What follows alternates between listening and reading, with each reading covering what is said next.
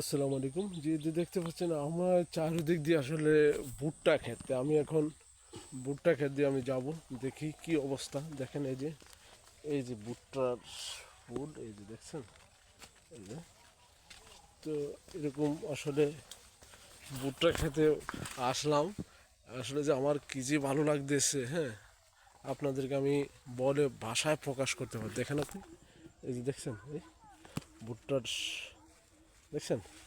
তো আসলে এগুলো আসলে ভাষায় প্রকাশ করার মতো না, এত সুন্দর।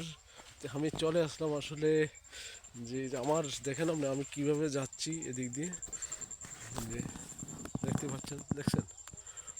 ওয়া, ওয়া, এত সুন্দর, আসলে অসাধারণ। দেখছেন কত সুন্দর, এই যে ভুট্টা ক্ষেত, এই যে ভুট্টা গাছের ফুল, দেখছেন।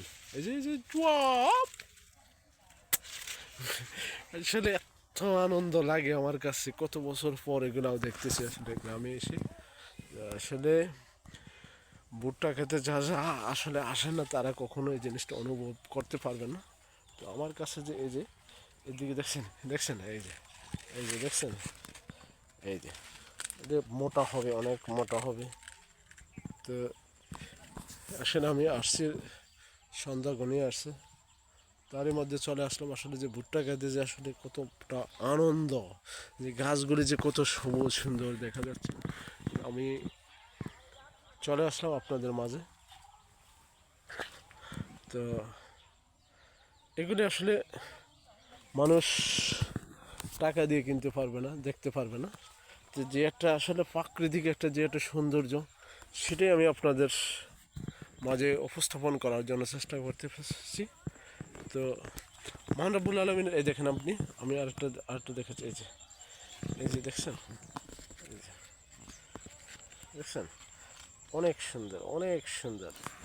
আসলে এত সুন্দর যে আসলে মহান রব্বুল আলমিন আমাদেরকে সৃষ্টি করেছেন কত সুন্দর ফসল। তা আমরা সেগুলি আসলে, এই দেখেন আমি আরেকটা দেখাচ্ছি, এই যে দেখছেন, এই যে দেখছেন।